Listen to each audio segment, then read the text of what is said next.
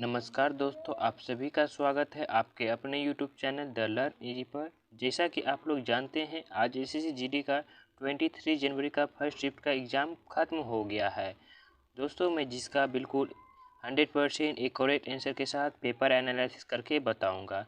आप लोग जैसा जानते हैं, 17 से 22 जनवरी तक कोई भी एग्ज़ाम नहीं था। तो आज 23 जनवरी को फर्स्ट शिफ्ट का एग्ज़ाम ख़त्म हो गया है। तो होपफुली आप लोगों का एग्ज़ाम अच्छा रहा होगा।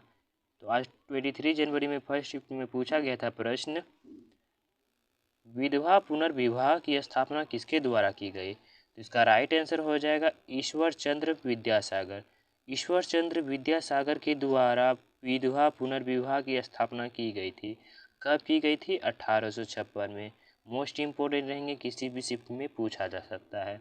अगला प्रश्न पूछा गया है आपका, भीमराव अंबेडकर ने संविधान का आत्मा किस अनुच्छेद को कहा है। तो इसका राइट आंसर हो जाएगा अनुच्छेद 32। तो अनुच्छेद 32 को भीमराव अंबेडकर ने संविधान का आत्मा कहा है। अगला प्रश्न, कार्बन का परमाणु संख्या कितना होता है। तो इसका राइट आंसर हो जाएगा 6। तो कार्बन का परमाणु संख्या 6 होता है। यहाँ पे बात हुई है कार्बन की।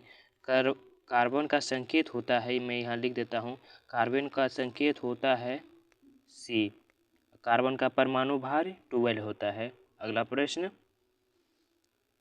अरुणाचल प्रदेश में मनाए जाने वाला उत्सव तुरग्या कितने दिन तक चलता है। तो इसका राइट आंसर हो जाएगा 3 दिन तक। तो 3 दिन तक अरुणाचल प्रदेश में मनाए जाने वाला उत्सव जिसका नाम है तुरग्या, ये 3 दिन तक चलता है। अगला प्रश्न आपका पूछा गया है, दूसरे नंबर पर किस राज्य की जनसंख्या सबसे कम है। तो इसका राइट आंसर हो जाएगा मिजोरम। तो मिजोरम राज्य की जनसंख्या 2011 जनगणना के अनुसार दूसरा सबसे कम जनसंख्या वाला राज्य मिजोरम था। फर्स्ट स्थान पे है सिक्किम राज्य। कौन सा राज्य है? सिक्किम राज्य। मैं यहाँ लिख देता हूँ सबसे कम, सबसे कम। सबसे अधिक पूछा जाए कि 2011 की जनगणना के अनुसार बताइए सबसे अधिक जनसंख्या वाला राज्य कौन सा है। तो ये आपका उत्तर प्रदेश राज्य है। कौन सा राज्य? उत्तर प्रदेश राज्य। मैं 4th लेवल तक करवा देता हूँ। फर्स्ट नंबर पे उत्तर प्रदेश राज्य, सेकेंड नंबर पे है महाराष्ट्र राज्य। कौन सा राज्य? महाराष्ट्र राज्य। मैं यहाँ लिख देता हूँ महाराष्ट्र राज्य। थर्ड नंबर पे रहा है बिहार राज्य। फोर्थ स्थान पे रहा है वेस्ट बंगाल, पश्चिम बंगाल। कौन सा राज्य? पश्चिम बंगाल राज्य। सारे सबसे अधिक जनसंख्या वाले राज्य हैं उत्तर प्रदेश, महाराष्ट्र, बिहार, वेस्ट बंगाल। तो ये सारे पॉइंट को आपको ध्यान में रखना है, किसी भी शिफ्ट में पूछा जा सकता है। अगला प्रश्न,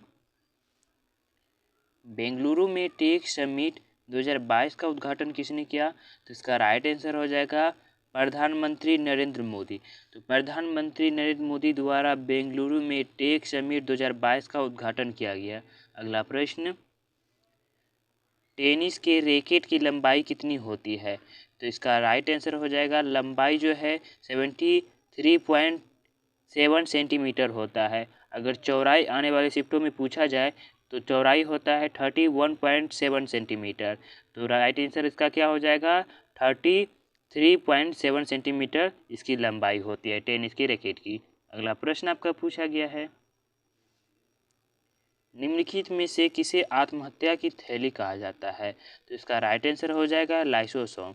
तो लाइसोसोम को आत्महत्या की थैली कहा जाता है। अगला प्रश्न आपका पूछा गया है,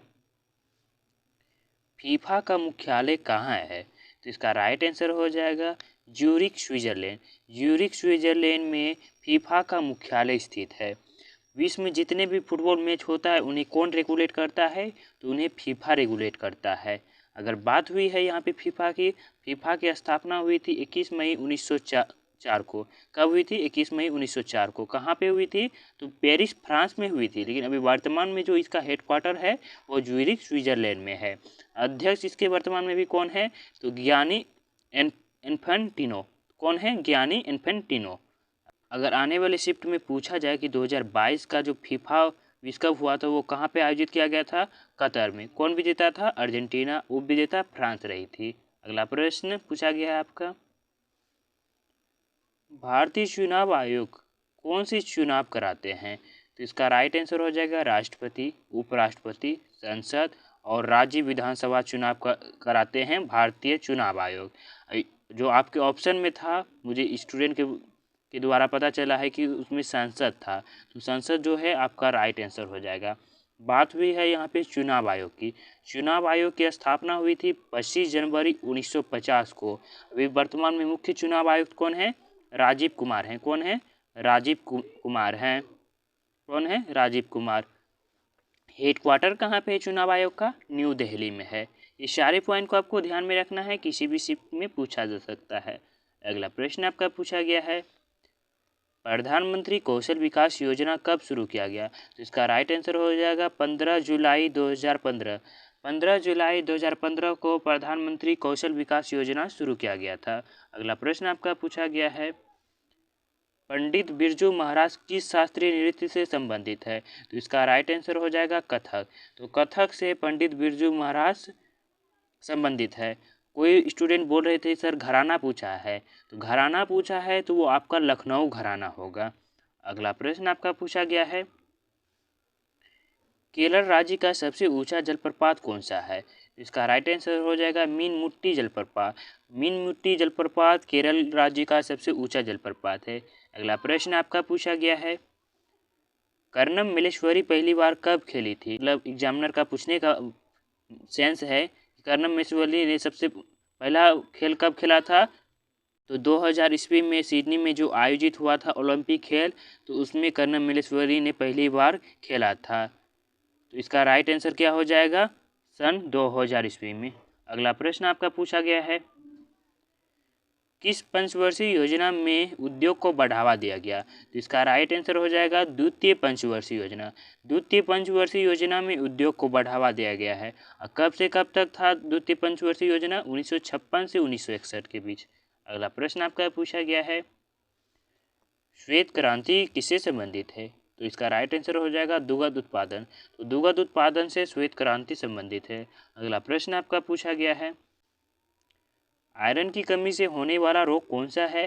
तो इसका राइट आंसर हो जाएगा एनीमिया। तो एनीमिया रोग आयरन की कमी से होने वाला रोग है। किस विटामिन की कमी से? विटामिन B6 और विटामिन B12 की कमी से।